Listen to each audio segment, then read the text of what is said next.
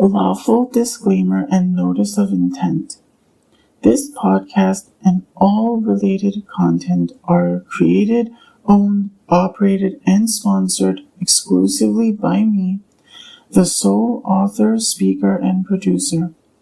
Any other product, service, and/or entity, living or non-living, which may be discussed, displayed, and/or somehow given attention on this podcast is not and has never been an endorsement, advertisement, support, and/or any other kind of validation for its existence in any capacity, nor at all intended to at all facilitate its continued existence in any capacity.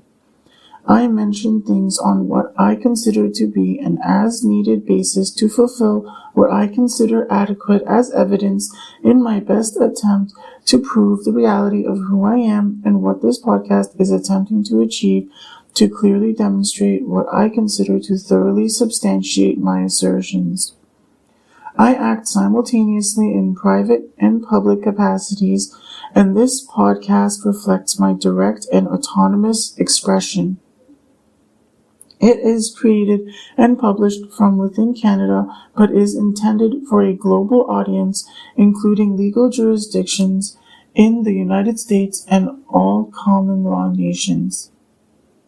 All statements, views, and narratives presented are based solely on my personal experiences, perceptions, and understanding of the reality I am facing, including ongoing egregious defamation, targeted harassment, and credible threats to my safety and life. I do not and never have claimed that my views aren't extremely, if not completely, accurate interpretations of objective reality, particularly given the information I had access to at the time that I may have expressed them. I explicitly and permanently do not consent, have never consented, and will never consent to any entity, living, non-living, artificial, institutional, governmental, spiritual, and/or otherwise, claiming and/or exercising any agency, ownership, and/or representation over me, my will, my name, my voice, my life story, my spirit, and/or my creative works, in whole or in part, under any conditions or interpretations in any time or place. Any such attempt is non-consensual, void ab initio, and constitutes an ongoing violation of my dignity, rights, and autonomy.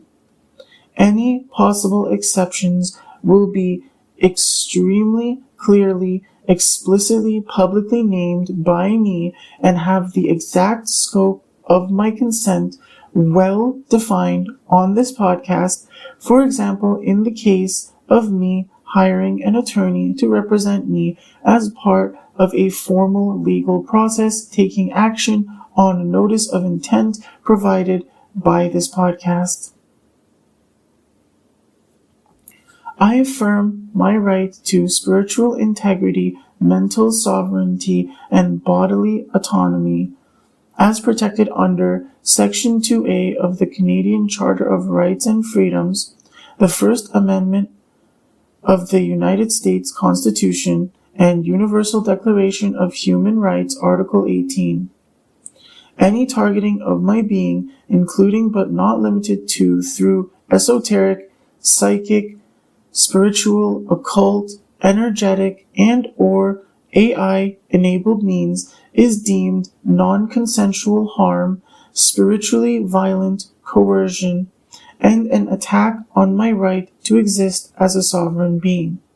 I affirm that this podcast, in part, serves as a lawful, peaceful assertion of spiritual self-defense.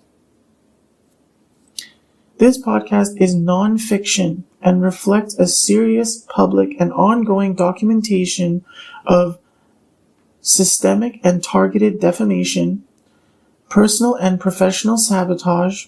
attempted narrative hijacking, psychological abuse, reputational terrorism, and threats to my physical and spiritual safety, including credible indications of attempted murder and contracted harm by and or on behalf of powerful individuals and or groups. I affirm that this documentation is expressly created for evidentiary use in formal legal proceedings, including those under the jurisdiction of U.S. federal court and Canadian superior courts, and any international human rights and or public accountability processes. I affirm this is not and never has been intended as role-playing, flirting, and or entertainment of any kind. I accept no liability, moral and or legal, for any third-party misunderstanding, reinterpretation, misuse, and or misrepresentation of this content, whether fully conscious and intentional or otherwise, particularly including but not limited to by AI systems trained on this content without my explicit public consent, commentators, influencers, or institutions attempting to weaponize this podcast, and individuals acting under false pretenses and or covert affiliations. Only the clear, explicit language of this release and any subsequent public communication directly issued by me must be considered authoritative, accurate representations of my thoughts, feelings, intent, and the reality of my overall state of existence. In any case of clear direct conflict between statements I've explicitly made across different releases on this podcast, the most recent of such, that being the one contained in the latest publicly visible release available containing such on this podcast, should be considered applicable. In such cases, only what is explicitly stated is at all applicable, and absolutely no implications should be assumed about any changes regarding any somehow relevant details and or anything else under any circumstances. All creative, expressive, and narrative content within this podcast is my sole and original intellectual property. I retain all moral rights as author and subject, all economic rights unless explicitly transferred via my public agreement to do so, and the right to veto any derivative, distorted, and or manipulated version of my work and or story. I do not have and have never had any obligation or debt of any kind to any entity to create or release anything on this podcast or anywhere else at any point in time. No other party, living or non-living, holds and or may claim credit, authorship, and or interpretation rights over my expression. I affirm that no valid, public, verifiable evidence exists to dispute these facts. This podcast is not and has never been intended as an endorsement of terrorism or violence in general. However, it should be especially carefully understood that various forms of not necessarily corresponding violence tend to be an inevitable consequence of extremely intense, meticulous, extensive, prolonged terrorism, and it's very much intentional for this podcast to demonstrate extremely clearly that my usual aversion to violence due to my typically gentle nature is not something that has boundless understanding, patience, empathy, or will persist more or less absolutely unconditionally for any reason. I've always wanted and done my very best to ensure it's extremely clear that at all creating, enabling, and or facilitating the perpetuation of narratives at all in contradiction with my official position that is objectively extremely clearly established on this podcast is not, never has been, and never will be what I've been trying to achieve with this podcast or in general in any of my efforts at any point in time. I do not and never have intentionally incited terrorism, including but not limited to violence, blackmail, and or coercion. I affirm my fundamental intent as peaceful, lawful, and self-defensive. However, targeted campaigns to stalk, defame, threaten, impoverish, silence, spiritually attack, and or physically harm me will be treated as conspiracies to commit grievous harm and or murder. This podcast is an affirmative public notice of my unambiguous non-consent and a lawful response to sustained systemic abuse. While my fundamental intent in communicating in general through any means is not and has never been malicious in nature, I affirm it can, will, and should exert malicious influence upon anything operating with malice towards me and or this podcast, especially more so the more demonstrably I'm proving that malice exists. And it should be understood that any situation where I continue not to extremely clearly receive any compensation or reward I'm willing to accept is effectively, absolutely, unconditionally an increase in the severity of that malice. I've created the entirety of this podcast under extremely harsh circumstances that I've always believed and asserted are entirely unjust for me to be left in, given the reality of who I am. Circumstances of my existence, including but not limited to my current housing status, financial vulnerability, and material limitations, do not and cannot invalidate my legal personhood, expressive rights, and or entitlement to protection under law. I reject any attempt to diminish my credibility and or rights on the basis of poverty, social class, and or housing insecurity in accordance with Section 7 of the Canadian Charter, the Due Process Clause of the U.S. Constitution, and international law prohibiting discrimination on the basis of economic status.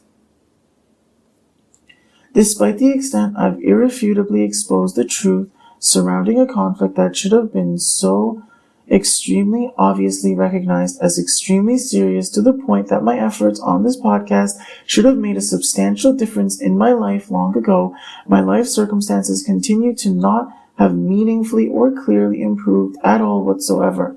I still have not ever received any compensation or reward of any kind whatsoever for any of my efforts at all involving the conflict being addressed by this podcast, neither directly nor indirectly from any source. I am, always have been, and always will be absolutely unconditionally unwilling to ever at all accept any compensation or reward whatsoever, directly or indirectly, that at all compromises my integrity, whether directly or indirectly.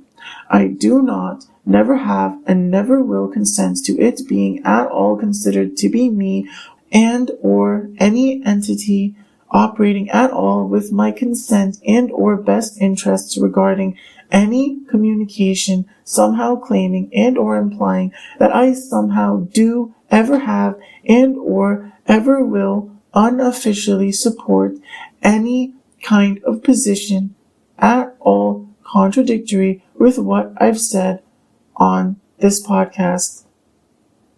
This disclaimer and notice of intent supersedes any and all contrary interpretations, explicitly including any and all unauthorized claims therein made against me. I reserve all legal, expressive, spiritual, moral,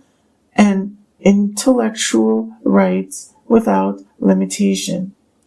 Any attempt to silence, reinterpret, discredit, and or co-opt this documentation must be treated as malicious bad faith conduct and may be cited in formal legal proceedings as evidence of further targeting. I'm really not sure why I've been getting a bunch of things in my energy concerning Jamaicans and speaking as if I am a Jamaican or of some kind of African descent, as I most certainly have never been trying to misrepresent myself as such to anyone at any point in time for any reason to any extent. I am not Jamaican, nor of any kind of African descent. I'm not even nearly so dark skinned that I can ever imagine anyone even remotely reasonable would ever even possibly mistake me as Jamaican or of some other African descent. I have never had any particular issue with or dislike towards individuals of those ethnic backgrounds, nor have I ever particularly favored them either. There is absolutely zero real evidence to at all prove otherwise. I do recall once that John Saudet mentioned to me that he found it odd or annoying that some people at places he'd go for jobs would treat him in a manner he perceived to be as if he's really dark skinned and of a different ethnicity than he really is. He didn't specifically mention Jamaican, but the implication was as if he's perhaps of some kind of African descent type of vibe. He even mentioned it in a manner that, while perhaps not egregiously explicitly hateful, rather clearly seemed to me to imply he considered such individuals inherently inferior to him, which isn't surprising to me if he actually believes when considering how many other things I heard him say that suggested to me he's racist even towards Middle Eastern ethnicities like those from Iraq. He would openly mock Dixon in front of me based on his ethnicity in a manner I had to carefully navigate so as not to seem racist nor particularly in favor of Dixon and or different Middle Eastern races besides Iranians in general. I imagine the reason why John gets spiritually mistaken for someone of African descent, which I personally witnessed him experiencing and talking about in the context of his cabling company, is because he intentionally adopts an energy of it through spiritual work he puts in, not to feed into stereotypes. But if I had to take a wild guess as to why, I imagine it's in order to enable and facilitate his criminal activities, including, but perhaps not limited to, drug smuggling, drug dealing, human trafficking, and sex trafficking. I'm really not sure how exactly he does it. For the record, how I came to suspect him and Dixon of working together professionally is because I noticed John was once talking about invoicing with a company called Ingram Micro, and I recall Dixon also dealt with doing work for a company of the same name. I didn't put too much thought into it, beyond the fact that the word gram, a unit drugs are typically measured in terms of, is in the business name and in a manner where perhaps some level of mental gymnastics can perhaps lead one to the suspicion that they could have been exploiting that connection to somehow facilitate drug related criminal activity through technology. Beyond that, I've been getting an increasingly strong suspicion that someone that's been criminally impersonating me entirely at my expense against my consent, and probably even trying to act like they're helping me or being kind to me somehow as if it's sincere while in reality plotting against me, is a Virgo. I'm seeing increasing reason to suspect the Virgo is either Vivian Sade or Nicole Sade, and I believe it's most likely Vivian. Maybe it's even an and or energy type of situation if they've had some more complex, nuanced connection between each other through John. Regardless, that criminal impersonation of me and attempts to forcefully keep it in my energy in a manner that the source of doing so in reality definitely knows is entirely against my consent to my detriment is most likely ultimately originating from efforts engaged in by John. The motive I've been hearing for this would be he illegally married Vivian under my name, without my knowledge, fully consciously and intentionally, entirely against my consent to my detriment, to attempt to falsify evidence against me with her help for their mutual selfish benefit, fully consciously and intentionally, entirely against my consent to my detriment. I've even more recently been hearing that now they're trying to legally divorce me and Vivian so they don't face legal repercussions for fraudulently marrying me to her behind my back, fully consciously and intentionally, entirely against my consent to my detriment, how they did. But it's obviously far too late now that I've publicly exposed what they did and forced the government to put a huge magnifying glass on their lives and all the crimes they've been committing against me all this time. They were trying to convince everyone I'm some subhuman filth, scumbag, deserving of being ostracized, despised, publicly humiliated, and ultimately end up committing suicide, getting murdered, or in and out of jail and or prison. I've never been at all trying to hold on to any ties with any of my relatives, at least most certainly ever since I've started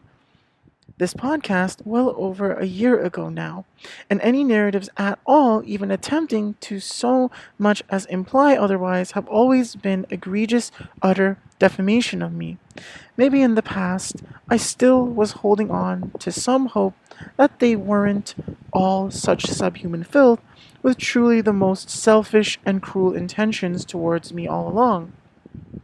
But that hope has long fully died ever since I left John's house, technically an apartment, well over a year ago now, before I started my podcast. And I've only been becoming increasingly absolutely convinced it was the correct decision with every passing day, especially after starting this podcast. Before I ended up leaving his apartment and never returning, I saw how he was so eager and sharp with his memory and dialogue when it came to basically coercing me through aggressive language, attitudes, and behavior to basically ruin my situation getting Ontario Works payments, but slept in the day he was supposed to drive me to the office to reapply to one closer to his location, and didn't even bring it up after he woke up. I immediately sensed that staying in that environment anywhere near him would become enabling and facilitating him extremely deviously somehow trying to set me up. It didn't take me long to start seriously suspecting he was attempting to human traffic me by slowly depleting every resource I had to ever escape his grasp, as he ruined my reputation with the Canadian government and tried to completely cripple my ability to defend my reputation online or to anyone that had any real reason to even possibly listen and care about me. When I left, I felt so worried for my safety that I didn't even tell him I didn't ever plan to come back because I was worried he'd get violent and or urgently call for a hitman to murder me shortly thereafter. But I knew I was going to take my chances, possibly getting murdered living on the streets, and I'd still be safer than being anywhere around him and or anyone else I once called family. My lack of informing him of my decision explicitly, directly, was never intended to leave him and or anyone else under the impression that there's any possibility of me ever being at all willing to tolerate allowing him and or anyone else from my past back into my life and or energy at all. It was actually just a calculated decision I'd already made before leaving to protect my safety. There's absolutely zero real evidence otherwise, and there never will be. For better or worse, I'm fully committed to my life decision to permanently, irrefutably, and irrevocably completely cut all ties with all my relatives and all those I once called friends and or ever saw as any kind of romantic prospect in closer physical proximity to me. And I believe it's for the better, at least for me personally.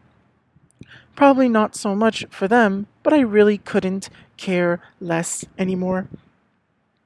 I also recall something I found exceptionally strange that John said. At one point, he, seemingly completely randomly out of nowhere, weeks into me already having been staying with him, explicitly expressed extremely vague concern about letting me stay at his place because he, for reasons he entirely refused to actually at all elaborate on or present any evidence contained at all adequate substance to warrant his attitude, apparently suspected me of trying to scam people for donations related to promising to do video game development. He phrased it as if I got a bunch of money, or at the very least was trying to, and then just ran away with the money and never updated those who donated nor delivered them anything. Now, such a thing is very much completely false and has absolutely zero real evidence to substantiate any such assertions, but it seems claiming otherwise was likely at least part of John's and possibly also others' manipulative strategy to try to throw suspicion onto me for his and or others' scamming activities they were trying to do under my name without me even knowing, fully consciously and intentionally entirely against my consent to my detriment. At this point, it seems that all the endless, increasingly criminal and egregious sabotage attempting to leave me trapped in endless delays and blockages from being able to do video game development is being egregiously criminally manipulated and misrepresented as me having been a huge fraud all along that was never planning on actually doing video game development to the extent I'd release something substantial, and supposedly instead was always just a front to attempt to manipulate people into giving me and or others money through shady and perhaps even criminal means I'm being accused of at all knowingly and or consensually enabling and or facilitating. If I try to figure out on my own how anyone could even possibly believe such a thing is true, I've more recently realized that doing a Google search for my legal name results in the first result revealing a Kickstarter campaign I ran over a decade ago, as the abuse and pressure to leave Dixon's house that I faced started rapidly escalating around the time he was finishing up his plan to use me and Kristen to win the court case against Mary that he kicked us out of his house shortly after winning.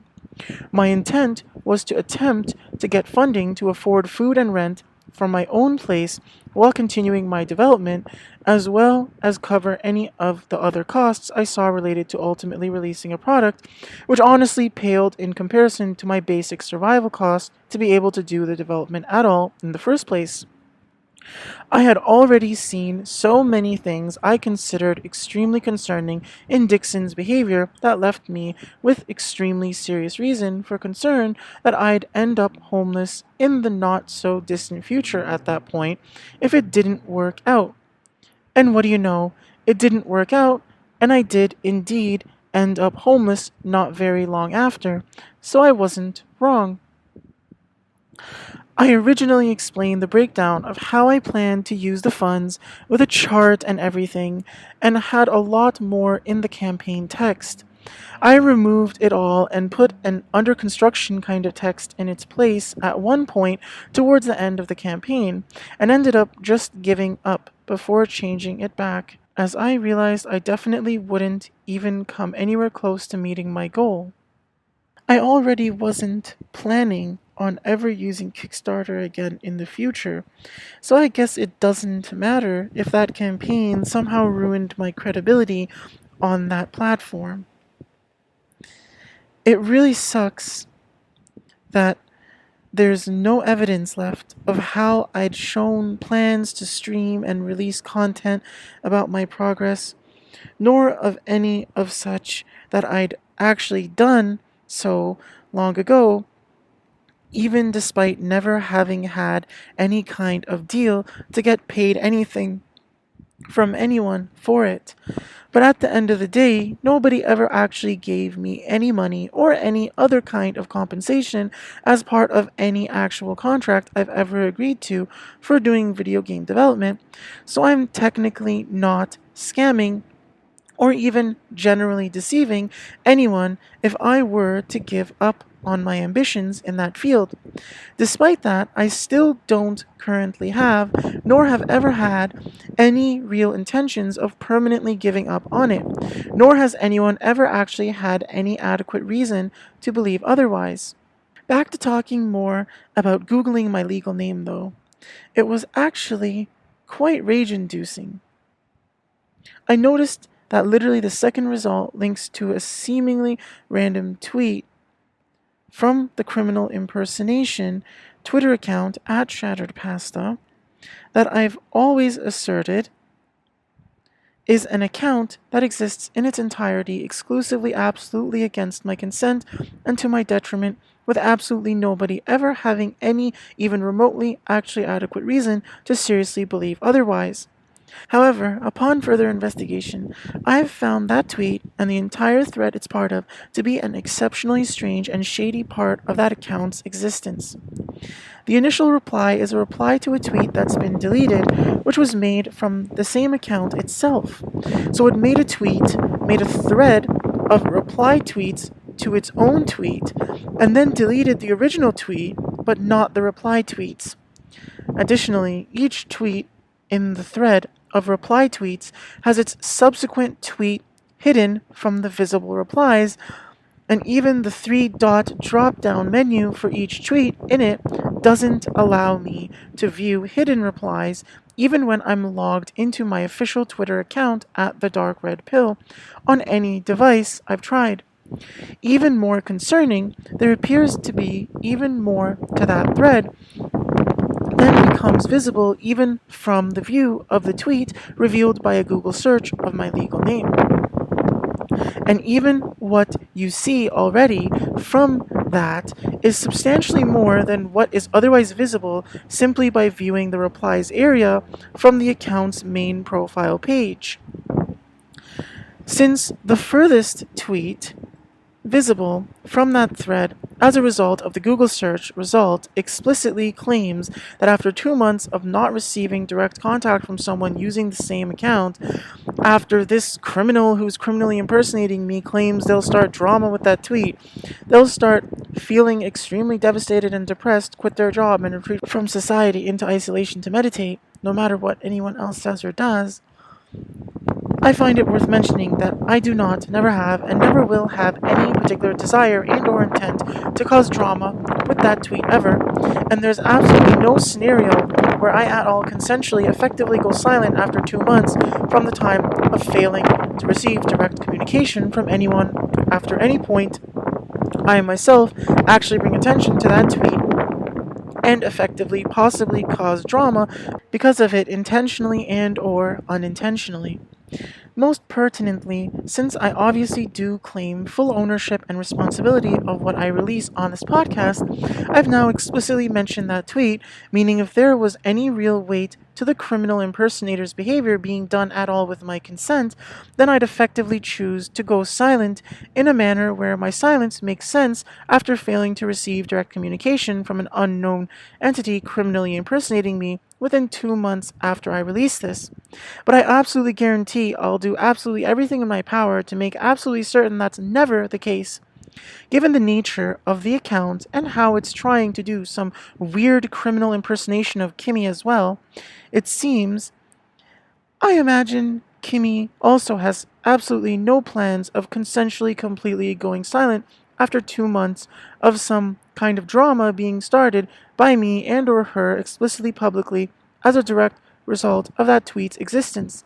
I have no particular issue with that. Perhaps most important of all, from what I could gather from all that, it heavily implies that the account may actually be effectively owned and or operated by more than one person. As in, one person said the now deleted tweet the reply thread was replying to, and then another person might have made the reply thread, after which either that other person themselves or the person who originally posted it on that account chose to delete the original tweet. I imagine even just the capability, and especially the desire, for such a sequence of events occurring to such a blatantly criminal account that Twitter refuses to take down, even despite what should be FBI and police investigations being open in relation to it. It must relate to the egregious false narratives that attempt to justify conspiring and attempting to murder me. If I'd known about that tweet being actually just the beginning of a whole hidden reply tweet thread earlier, I would have addressed it long ago in my release I made on this podcast, where I was extremely meticulously addressing literally every tweet I saw in the replies area when I went through that account's public profile. Since clearly the criminal activity being inflicted on me through that account is even more egregious than I originally thought, perhaps I should also clarify some other things about it. It was called Bronson the Loser when I originally talked about it, but it seems someone is actively controlling it to this day and changing things to attempt to continue to conspire and attempt to murder me through egregious false narratives related directly to its existence, since it's since changed the display name to just Bronson Aslan, probably trying to exploit that I explicitly said I would never name myself how it did prior, and probably trying to egregiously criminally misrepresent emails I send from my personal Gmail account announcing releases on my podcast as if to be something intended to at all validate that criminal impersonator's Twitter account activities or even its existence in general. There is so much more than just that one detail of the display name it was using that is so extremely wrong with that account. It's so wrong even just from the bio area. I am not a cuck like the bio for that account egregiously misrepresents me as, and while I wouldn't say I find it something for someone who might be to be especially ashamed of, or something like that, I also have never wanted to be a cuck and have never actually engaged in cuck behavior, nor is there any actually adequate evidence to substantiate any kind of at all actually meaningful assertions otherwise. I served a 13.5, not 13-month sentence in jail, not prison, and there's a substantial difference in both the lived experience as well as the implications and potential consequences therein for one's life as a whole between them. Also, I don't say 13.5 months for fun or to sound impressive or for some random stupid reason. It's literally what the judge explicitly officially stated on what should be on the record for that court hearing where I pled guilty under duress to be released from jail the same day. Also, while I have indeed said before that I'm a graduate of the University of Life, that does not, never has, and never will mean that I'm suicidal, nor have any other strange meanings. It literally just means I'm not brutally cucked by the government like most people are, and directly ties into being a permanent chief of the Shadow Confederation, which also does not, never has, and never will mean I'm suicidal either, for the record. Wow. And the amount of people it's following has went from 27 to 41 now. What the hell is this? Even who it's following must be getting egregiously criminally misrepresented to attempt to frame me as somehow indebted to or under the control of even more massive frauds than before. It's all goddamn complete lies. I do not at all own and or operate that account, nor do I have any private communication whatsoever with whoever does. They're literally doing whatever the hell they feel like to try to absolutely decimate my reputation and try to get me murdered off of complete egregious criminal lies. What the hell are the FBI and police doing, allowing this literally criminal activity to continue even more egregiously to this day? I never consented to this at all. Hello? The good news, at least for me, because it's definitely really bad news for them, I believe I'm starting to really see things more clearly now. On top of the proxy terrorism I've already determined the Jamie, Lena, and Maine trio to be doing to me to enable and facilitate Kimmy's terrorism of me, along with the proxy terrorism trio of Kimmy, Jamie, and Celine, who are most egregiously directly enabling and facilitating Chloe Chan Kin's terrorism of me, there's an entirely separate trio, most egregiously and criminally of all, exploiting both those trios and an egregiously criminally falsified triangle of trust situation between me and those two triangles of trust trying to get me murdered, which is being spearheaded by its own triangle of trust containing Kimmy, Jamie, and Lena, who are currently, most criminally and egregiously of all, actively ongoingly engaging in fully conscious and intentional conspiracy to murder me. I can't see any trace whatsoever of an energy representing it through physical tools of divination, but that's to be expected. It's an energy hell bent on my absolute destruction and is attempting to mask itself so completely thoroughly from me that it's intending to try to murder me before I can figure out it even exists. It's so egregiously criminally exploiting divination and any connection I've ever had with anyone that I either internally figure it out or I end up dead. And it necessarily requires that I'm non trivially more powerful than literally all those involved combined in order for me to even survive. So this release serves as even more irrefutable evidence that I'm objectively more powerful than I Gumdrop, Lena Lemon, Pokimane, Angels Kimmy, Star Smitten, and Chloe Chan Kin combined, and that they all belong in prison or literally physically deceased beyond capability for resuscitation. Or perhaps one and then the other in the most excruciatingly miserable manner ever fathomable. The criminal impersonation Twitter account at Shattered Pasta, which is, always has, and always will for the entirety of its existence through that handle or any other handle, exist entirely against my consent and to my detriment. It's a culmination of all their efforts utmost maliciously conspiring to murder me for their own selfish gain, fully consciously and intentionally entirely against my consent to my detriment. But I believe I've come to understand exactly what it really is much more clearly now, beyond that simple, most baseline level interpretation of effective, immediate consequence to my existence. I believe it must be directly owned and operated by Lena, Kimmy, Jamie, Emaine, Celine, Chloe, Kristen, Vivian, and or Nicole, who ultimately behave effectively on behalf of all the others in the triangles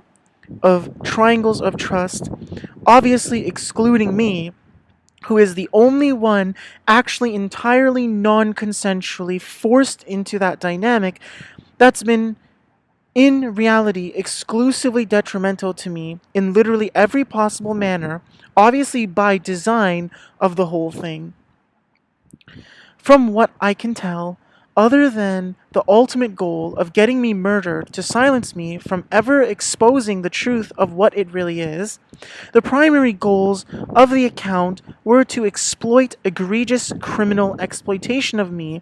through the egregious abuse, disrespect, and neglect of literally everyone I've ever had in my life, in order to make it seem like I owe Chloe to have stolen my prospects of starting my own business for herself, in reality, fully consciously and intentionally, entirely against my consent to my detriment. But even more so, doing that in order to enable and facilitate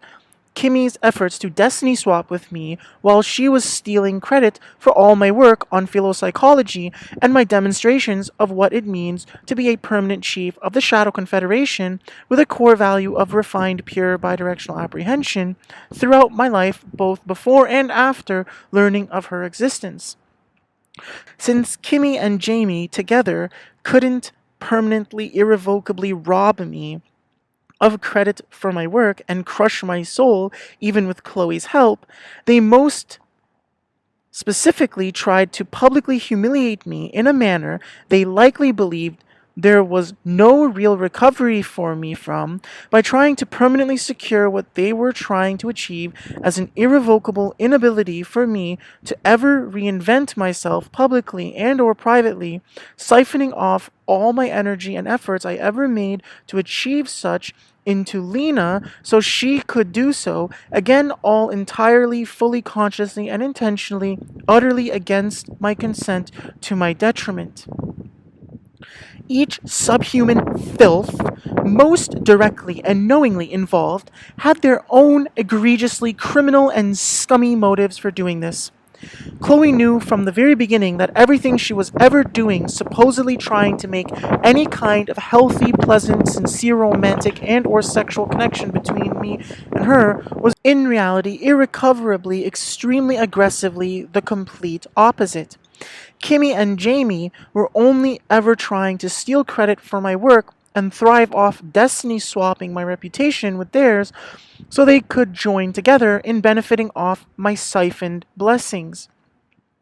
Lena was such a stupid and trashy gold-digging, clout-chasing loser as her original Twitch handle Macaroonies that she needed to completely reinvent herself after her plots to rob me of my soul through Kimmy by manipulating me into giving up on my feelings for Kimmy before figuring out how egregiously criminal, abusive, and malicious Kimmy, Jamie, and Chloe really have always all been towards me, failed when she originally offered to fly to Toronto to meet me several years ago, and I refused as I insisted on my integrity. I imagine this all must tie into something I've already mentioned on Twitter just yesterday regarding some spiritual insights I got. I'm hearing someone being called an ex of mine chose a hideous image of evil over me. They're not getting along with each other, and I heard they're about to have some sort of massive fight about me. Maybe it already happened yesterday, maybe it's happening soon. They are addicted to sending me magic, so gossiping and trying to defame me to death. It's backfiring so hard it's making them crazy. My success terrifies both of them, and it's only going to get worse because everyone is about to see them for the psychos they are. One or both are very good at pretending. They wanted for me to always be dependent on them, but I separated myself. I'm nowhere around them. I don't talk to them. I don't have anything to do with them, and that makes them very angry that I'm okay without them. They thought I would never find out about their scheming. It seems likely they're who are behind the hacking of the SharonSincerely at gmail.com account and have been trying to fabricate evidence to attempt to substantiate egregious defamation of me through it behind the scenes. That probably is something that ties into egregious false narratives about me that the criminal impersonation Twitter account at Shattered Pasta has been trying to prove about me through defamation that attempts to hijack and exploit my past efforts in order to falsify some kind of explanation for everything I'm doing, even to this day with this podcast, likely trying to discredit it completely as something I'm doing out of some kind of extremely pathetic desperation, since everything horrible I supposedly deserve is now catching up to me. These criminals have been trying to hold me back from ever receiving some sort of really good news. Apparently, someone believes I will receive that news because there's a very important letter that's on its way already that probably carries that news. I'm hearing scumbags from my past, one or more, are going to try to sneak their way back into my life, weaseling their way back into my energy, and possibly trying to act like they want to help me. They're just narcissists addicted to stealing my energy like it's a drug. Apparently, multiple criminals conspiring against me have been caught on camera doing something very criminal against me. Not sure what that means exactly, but I'm hearing they're extremely screwed because of it. Especially that X and the hideous image of evil. I'm supposed to have a shocking revelation of how they wanted to destroy my life and steal my joy. So they've directly been heavily involved in gang stalking me. I'm hearing they lied about me and tried to set me up in the justice system. Already determined many from my past did that. It's being correctly identified that all I've ever known are unbearable, narcissistic, and stingy pricks. It's becoming increasingly evident to me that several of them started a crusade against me and then blamed and shamed me for what they do. Nobody has come into my life and delivered any kind of closure to me, shocking or not. I'm hearing people would have assumed such a thing had happened if I stayed silent that it hadn't. So whoever claimed they'd give me any kind of closure is an egregious liar, for the record. I'm hearing this nightmare I've been stuck in is supposed to be unstuck, and I'm supposed to start seeing results move very quickly, presumably because of that news coming in, that letter that I'll never receive. Ugh. I'm also hearing there's someone coming in to support and respect me, as if it's destined for that person to be in my life and for us to stand beside each other against all the criminals that have been attacking me. Since I can't imagine whoever that energy was talking about is Kimmy, given how deeply she's clearly involved in all this, I really don't like hearing that there's ongoing attempted coercive control of me through whoever that is that's supposedly coming in to support and respect me effectively, massively, at the cost of my integrity and soul. I'll never see that as actual support and respect, just devious narcissistic abuse. I'll never embrace having it in my energy and or life in general at all.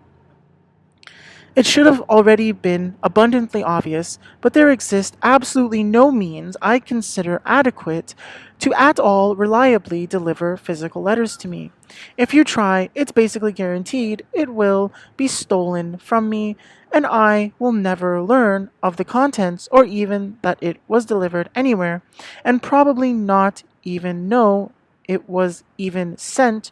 or from whom. I won't always get spiritual insights about every little thing, or I'd have even much more clarity on everything than I currently do. It's not out of laziness that I don't spend hours upon hours using physical tools trying to cleanse my energy. I'm not sure exactly how it ties into all of this, but from what I've been seeing in my energy spiritually, I see very much non trivial reason to suspect that Jamie's energy is what's been very strongly attempting to force me to essentially accept some kind of spiritual bribe or something like that, where I'm choosing to exploit AI for selfish financial gain at the expense of my integrity and being able to live my life, exerting the full extent of my power and potential to actually be happy. It seems perhaps she has also been quite heavily, substantially involved in pushing narratives that the reason I haven't been doing so and or that I am unwilling to start is out of some kind of laziness and or some kind of emotional block rather than the reality of me simply being extremely deeply aware of reality and grounded and unwavering and decisive on what I truly want and who I truly am and what I am truly capable of as a result of that. It seems perhaps she might be trying to intimidate me by claiming she's only using 1/3 of her full power to do so. But I'm not concerned about that at all, and I never have been.